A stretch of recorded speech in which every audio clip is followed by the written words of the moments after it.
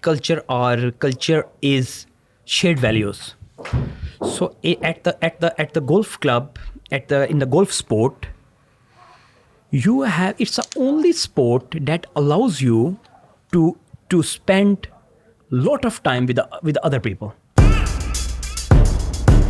everybody, and thanks for joining us again on the Toppgolf podcast. I'm your host, Mark Davies, and today we're super excited to be joined by Aqeel Shafqat. And many of you will recognize Aqeel through his recent appearance in one of the biggest golf magazines here in Norway. He was recently featured in one of their main articles.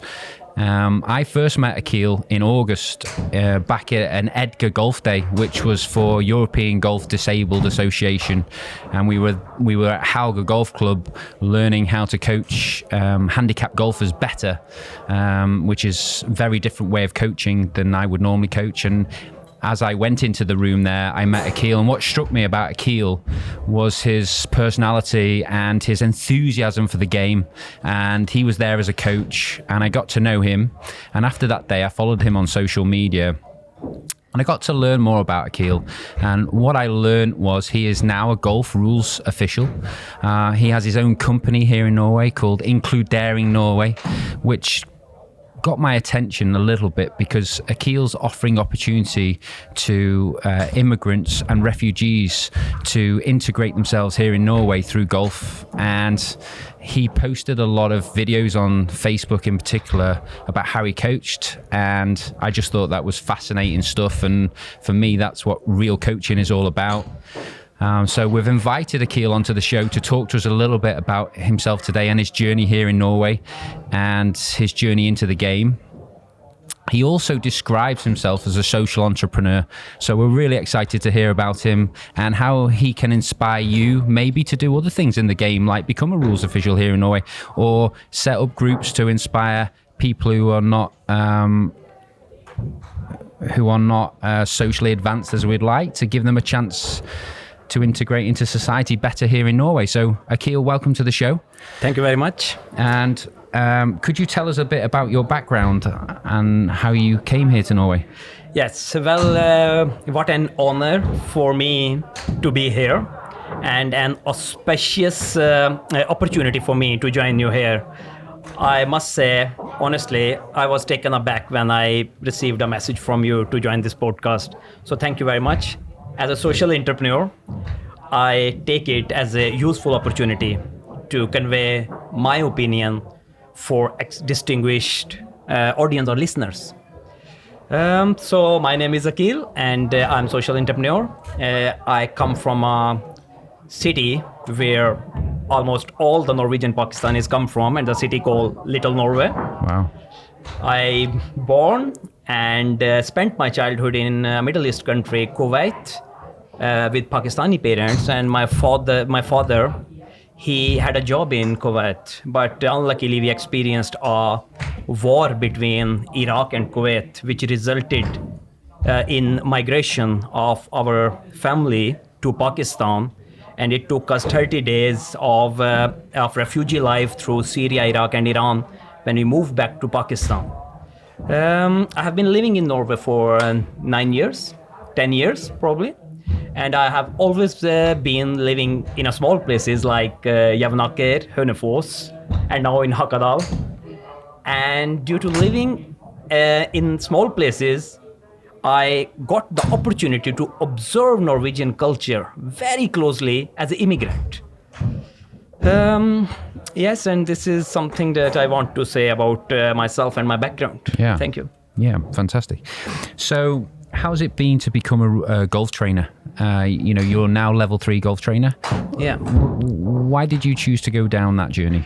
When I moved to Hakadal from Hønefoss back in 2015, so I visited a local golf club randomly, and the way they received me, I'm so lucky, because I meet right people at the right time, and anybody can do if you are curious, if you are willing to learn. So you get the opportunities in Norway. So I got the opportunity to meet a golf coach, and he was working at a coffee shop. We had a chat. It was a random visit at Hakadal Golf Club, and the way he talked to me and explained the opportunities in golf. And then a family who owns the club, family like Nils Thomas family, the way they treated me and opportunity they gave to me, it was just fantastic. It changed my whole mindset and the way of life. And it made me very curious to learn more about the golf. And then they gave me chance to play golf, of course, with the other members of the club. And first of all, it's the Viantil Golf, the first new beginner course. Yeah. They gave me a chance at Hakadal. I attended this, I learned from this course, and then I started playing. But when I started playing, it was like a magic. The first time in Norway, I got the chance to spend time with ethnic Norwegian. And it was just because of golf play.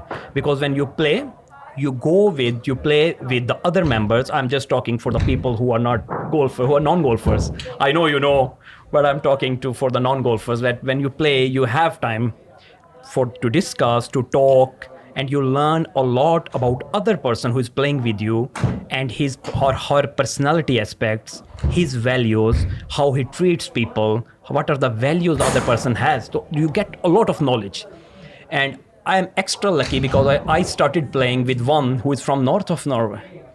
And his accent was a real challenge for me, what he told and said, and in a way he said, and the accent was so difficult that in the beginning, I used to shake my head, everything he told to me. I said, yeah, I understand, but actually I didn't understand, because back in 2015, I must say that my Norwegian was very, very bad, and my confidence level to spend time with Norwegians was really bad. But the way I spent time with him, and of course the other members as well, his name is Ben Rolandsen, and I still remember at probably the hole number 4 at Hakadal, when he jumped into the water and started the funny discussion with me, it opened up my mind. Oh, Norwegian can do jokes as well. Oh, they can be funny. So it was just because of golf and of course the opportunities. Thank you. Fantastic story there. And that someone gave you an opportunity. They saw you at the golf club and they welcomed you in and they gave you a chance to play. And Aqeel, what's really interesting is now you're a rules official. I find that. How do you find to be a rules official here in Norway? You've been refereeing now at some of the biggest tournaments we've had this year. I've seen you on social media showing yourself some national level golf tournaments. And how is that? Do you find that enthusiastic to do that? Yeah, well, Mark, golf is the uniqueness of the golf are golf rules.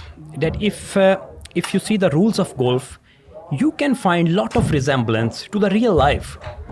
And when I started playing golf, I first of all, what is the basic principle is that you need to be honest. There is no referee like football or cricket who is observing you very closely. You need to be honest with yourself, and you need to be honest with the other members and other players. So it's a beautiful rule of the life, honesty. And you are thinking about that you must respect. As a rule, it's a prompt speed. You need to keep the tempo of the game. It is just because you respect the other people. So it's also basic rule. But one of the unique rule, and the best I like is, this one. You play the ball as it lies. Yeah. This is a basic rule of golf. But when I discovered that the ball is in the high grass, it's very tempting for me to remove the bushes and the high grass and take the unfair advantage. Just tap it down behind it a little bit. Yeah, It's a high grass. You can just remove and play. Yeah. But in golf, you get this sense that you sense it very quickly that this is something unfair. I'm doing it, I'm taking unfair advantage, and I'm doing it to cheat or do something that is actually not allowed. You can be disqualified from the game. And in life it is same. Play the life as it is, deal with the challenges, and don't use unfair ways to get advantages in life, because there is no shortcut in life. You need to follow the process, and you learn if you have a setback in life, go back and analyze. Like same in a golf, if you have a bad shot, go back and analyze the mistake and try to learn from the mistake. So golf rules was so fantastic that I thought that I must learn more and more and learn the interpretation of the game to apply those rules in my life, and of course to learn other people who are participating in my projects of my organization. Fantastic there. Get in there and play as it lies. Play the ball as it lies. Yeah. Play the life as it is. That's a real good message to young kids these days when they get an awkward, a terrible lie, or they get found that their ball ends up in a difficult situation. That's the only way to learn, I think. Get in there and play it. That's a bit like life, is what you're describing. You have to take tough decisions, and you have to step up there and hit a good golf shot. It's pretty much the same stuff, isn't it? Of course, and when it's very tempting for the young youth, that young people and children, that you can do something unfair to get advantages, but it's a temporary. Life will get back to you, so it's a good that when you play golf, you learn the process. You know, it's a challenge, but I need to learn it. I must go through it. I just cannot remove the high grass or bushes to get something unfair. What caught my attention about when I was following you was your company called Inkludering Norge. And, you know, that's what led me to make some comments on your profile about how inspiring I found you to me, and what from the outside it looked like you were giving many people a fantastic opportunity to play the game and enjoy the game. And on a lot of the videos that you were showing, you were actually having a really good time. You know, you were partying after, you were singing together. Can you share us your story about Inkludering Norge, your organization, and how it started? Yes, actually the idea came in my mind. It was not a coincidence, it was my personal experience. When I moved to Norway in 2010 and started my first job, so I found it very quickly that immigrants and refugees, if they don't have the same values like ethnic Norwegian, you are not very cool for ethnic Norwegian.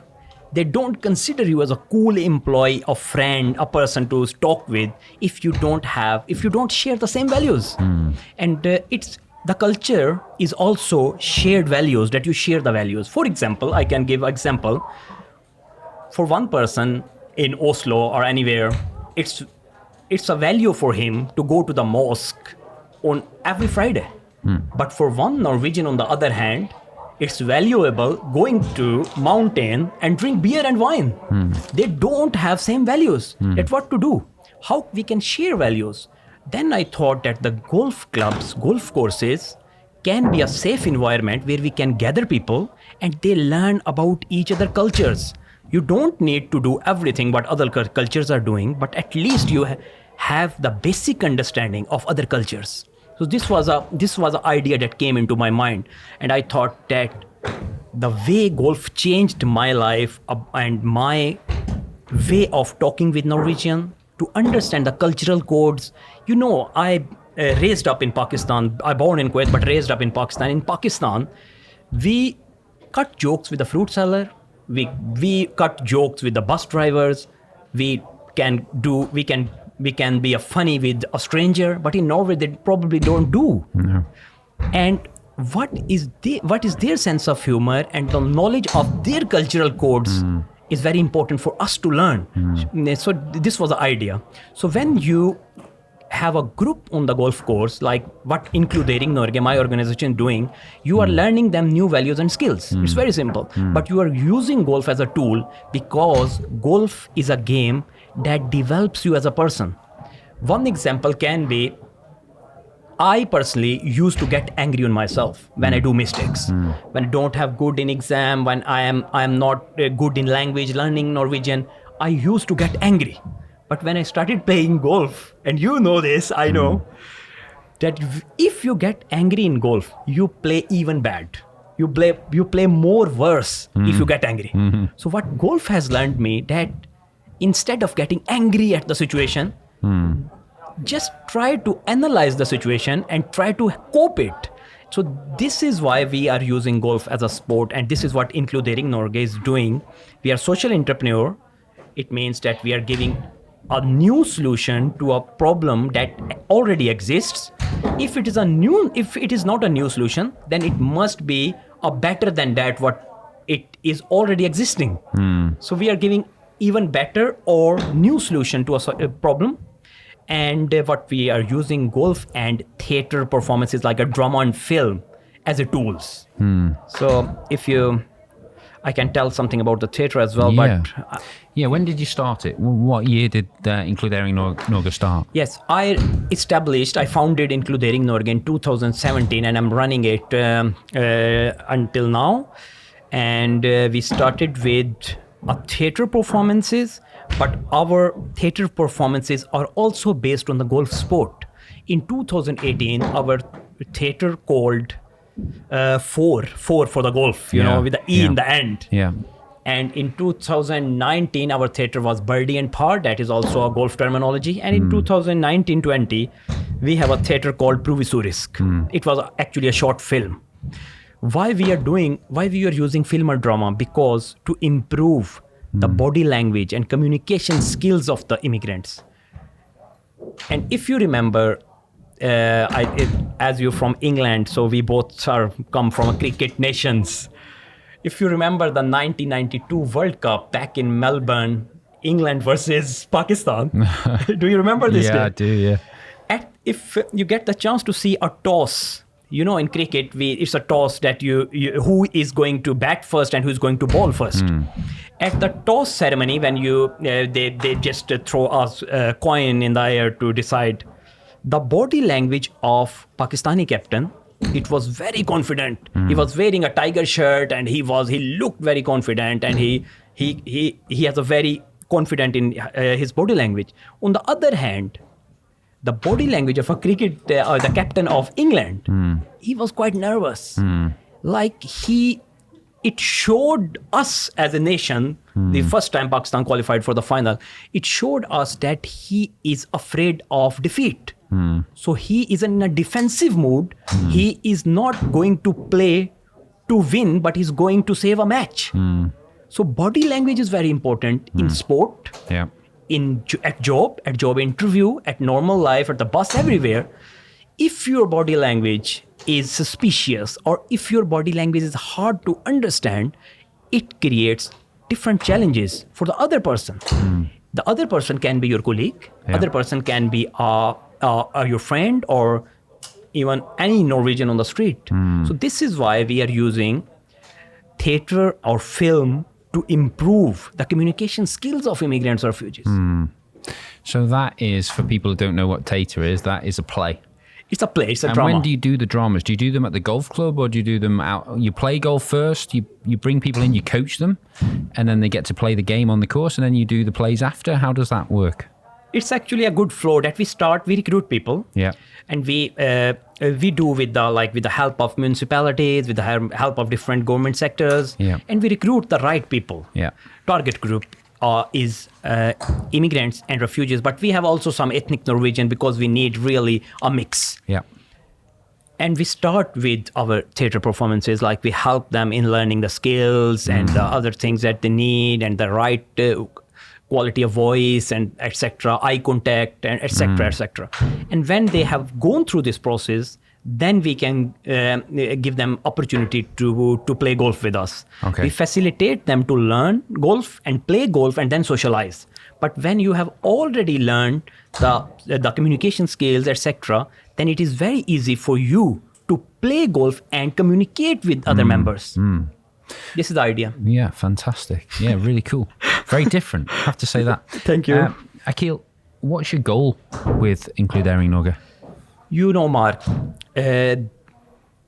what my goal is to change the culture of golf in Norway. It sounds a very small goal, but, you know, people with minority backgrounds, they are not playing golf in Norway.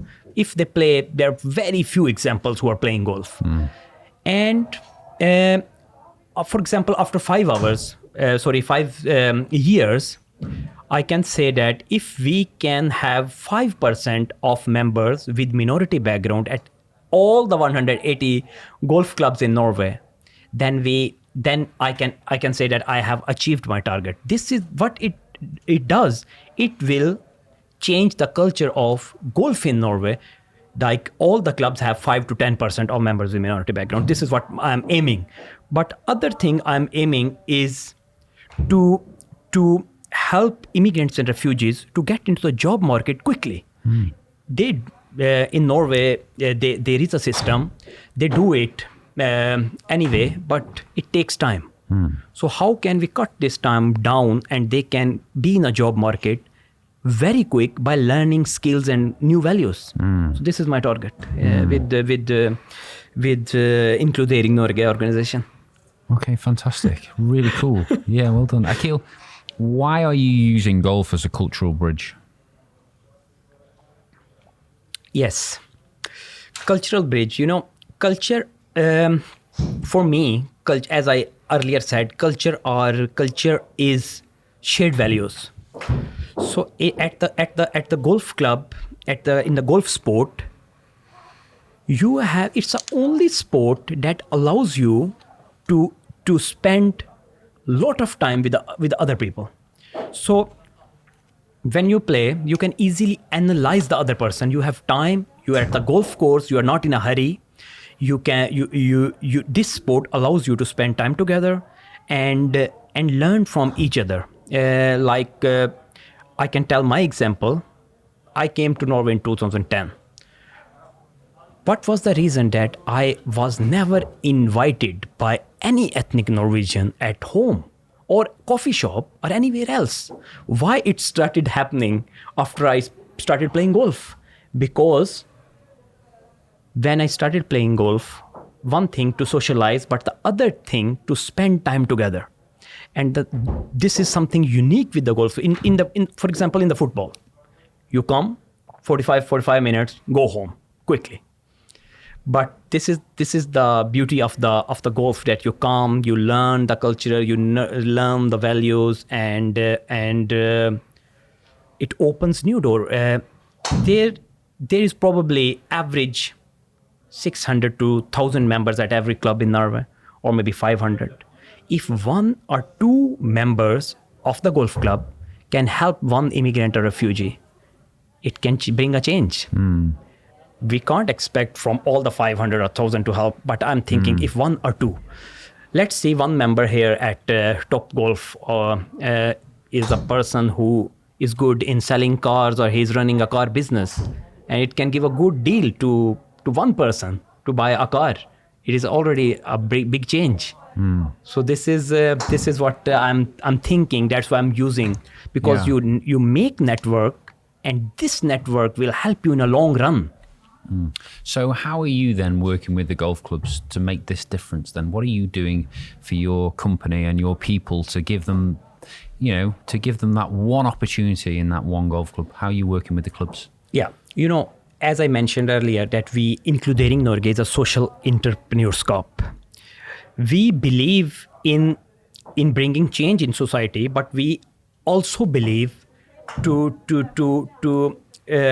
develop, to create our own income.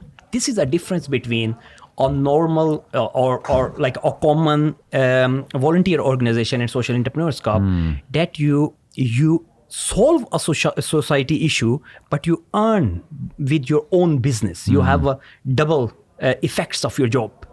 So what we are doing, our aim, or what we are aiming for, or what we are doing, is to sell our solution. And what is our solution? To help people getting into the job market very quickly by developing the social skills and the other skills. So we are in dialogue with a lot of municipalities. We are dialogue with a lot of government sector to sell them our courses, our projects. This is why we are doing, because we need to earn money to solve those issues. And when it comes to golf clubs, so we have partnership with a lot of golf clubs, and we have been contacted by many other golf clubs as well to expand, to scale our solution to other municipalities. So when how we start, we always partnership with a golf club. So our project is a good partnership, is a good example of partnership between the golf clubs and our organization. Fantastic. So it's really inspiring what you're doing here, Aqeel.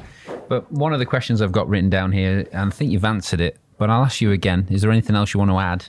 What are the challenges of immigrants and refugees within Norwegian society? I know you've touched on a few, but is there any more you'd like to add to Yes. I think the challenges for immigrant and refugee, one of the challenge is that things take longer time than it should take actually. When you come as a refugee, the process, or if you're immigrant, if you're second generation, let's talk second generation, they learn lot of habits and lot of values from their parents.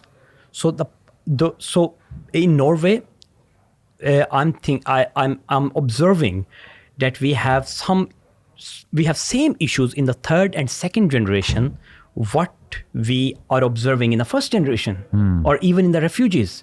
And what are those issues? That they are not taking part in sports. They are trying to avoid the places where they must meet ethnic Norwegians. And why they are avoiding? Because they think that there is a different culture, there is a different sense of humor, there is a different there are different social norms.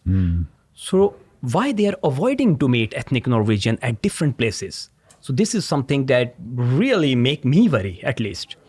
And a lot of other people who are investing in our solutions. We have a lot of good investors who are investing in our solution. So issues of immigrants are, how can we develop more places, more activities where they can get time to meet each other? Like I said, one person who is going to mosque and the other person who is drinking beer on a Friday. How can we create something in common that they can have basic understanding? So immigrants, they have learned the language, they have good jobs, but in my point of view, there is much more to learn. I must say that I'm lucky that I meet right people at the right time. Probably I was too curious. That's why. But for many people, they are not so lucky like me. So what we thinking that we can create such places where they can socialize. The golf culture of Norway, do you think it's welcoming enough for everybody? It's a good question. You can see that the first immigrants, probably, as I know, they came to Norway 1969 onward, 1970. Recently, I talked with my uncle, and I asked him that he can join me to the Grorud Golf Club. Grorud is a typical area known for the immigrants, And he said that he has been living at Grorud for 50 years. He has never ever thought to visit a golf club. There is no question to play golf or not. He has never thought to visit a golf club. And I think it's an answer for your question. Why he has never thought? Because he thinks this club is just for Norwegian people or British or Scottish people. But I personally feel Norway is the only country that has inclusive golf opportunity or inclusive golf environment. And why? In Pakistan or in Middle East, it is not inclusive, it is exclusive, only for the rich people. Okay. I recently visited Pakistan. I came 2 weeks ago. And I know that in Pakistan or other countries like Pakistan, golf is exclusive, only for the rich people. But in Norway, you have the opportunity because it's inclusive. It's not very expensive, first of all. It is in reach of everyone. And like as I treated at Hakadal Golf Club, at Mørk, Mossorige, Gjersson, and lot of other golf clubs, Hauger, and here at Toppgolf. So I don't think so that there are any restrictions that stops you to be an active part of a golf club. So this is opportunity in Norway. You have people with different culture, and we can use golf clubs as a place to develop this cultural diversity and intercultural tolerance and harmony. But back to my uncle, because nobody has learned him the values, or nobody has changed his mindset to visit a golf club. So there is nothing wrong at the golf clubs, at golf courses, but it's something we need to do to make those people come to golf courses. So this is a challenge that they have never thought. They think that this is something not for them. It is no way thinking to visit a golf club. So here is a problem. If we can make them to come to visit, to at least try a golf sport, we can change the culture of Norwegian golf. Per day, we don't have people with minority backgrounds that are playing golf or that are thinking to play golf. Oh, it's a very time taking. Oh, it's very expensive. This is nothing for me. Yeah, it is for the old people. All those perceptions are wrong. I must say this, all those perceptions. And maybe you agree with me. Yeah. Well, I think those are the challenges for most people as well, you know. That's across the golf as a whole, you know. People think it's not accessible. And all those perceptions, I must say these all perceptions are wrong. It is not time taking. You can play 6 holes, you can play 9 holes. Yeah. And it's not expensive at all, because, as I mentioned, that Norway is one of the few countries that where golf is inclusive. It's cheap. And this is not for old people. It is actually for the young people. It will learn you the rules of life. And it must start from very, very early age.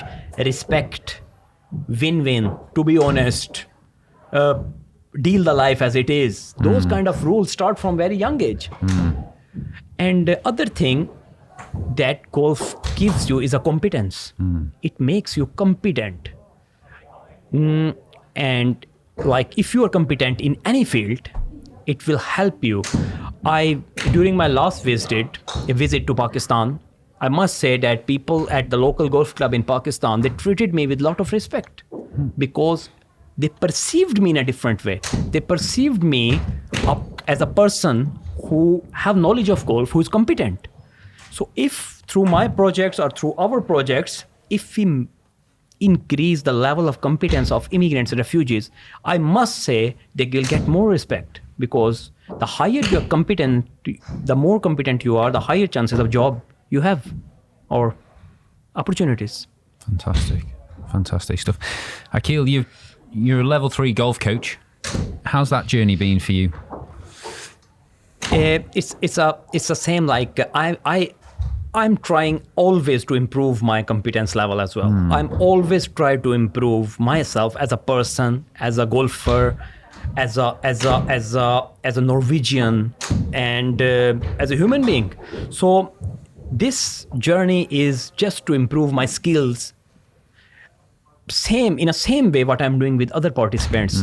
In 2020, we had 3 golf projects at three different clubs, actually 4 different clubs. And I worked with more than 120, 30 people. And what I'm doing, I try to change their mindset to make it like more, like they don't think that this is not for me, this is not something for me. What happens if I fail? How they can overcome their fears. So we used golf in a different way. And trainer 3 education, I'm looking forward to be a golf coach, although I have no plans to work as a golf coach like you, because I never... It's a tough industry, I'll tell you that. It's a very difficult industry to be involved in. So I'm very happy... Not to put you off or anything. I'm very happy with my social entrepreneur career, and I really want to go for that. But why I'm studying golf and why I want to become a golf coach is just because I need to improve my skills. And this is what I'm telling to other people and preaching. Okay, so can you share with us some of the skills you're learning then to be a golf coach? What have you learned? I think the beauty of the game is actually a mental training.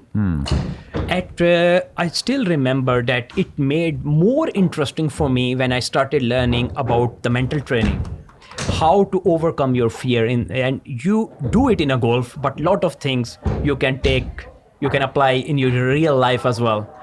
So when I started studying mental training and how to get this mindset, the right mindset to play golf, it was very interesting. So it was we learned a lot of techniques and strategies to overcome our fears in the game and probably in life as well. Yeah. And how can we think out of the box? How can we overcome our comfort zone and other techniques like this? So it has been a very nice journey. I must say some names here, like from the Norwegian Golf Federation, Svein Erik, Sivert. They are fantastic people. They helped us a lot and learned us to be a good coaches. And when it comes to rules official, so I must name Rolf here. He's from Trondheim. Yeah. Although he got a very, very hard and difficult accent, but he made me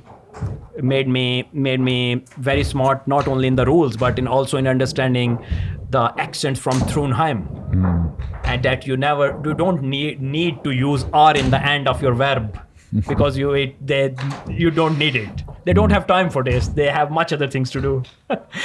So you can just skip this R away from your verb. Fantastic journey you've been on here. So what's next for you, Aqeel? My dream and next like a project or next I have learned from the life that you need to challenge yourself throughout your life. You must have a goals, as you ask. You as a coach, you know how important the goals are. So my goal is to scale my solution, to scale my projects throughout the Norway. I have been contacted by golf club in Hordaland, like around Bergen. I have been contacted by some golf club in south of Norway as well, and in Troms, mid-Troms, around Bardu and Senja. So my dream is to scale my solution in the whole Norway to help more immigrants, and not only immigrants or refugees, but also ethnic Norwegian. Because when we have a project, we have always a mix of people, and ethnic Norwegian learn a lot about immigrants and refugees as well.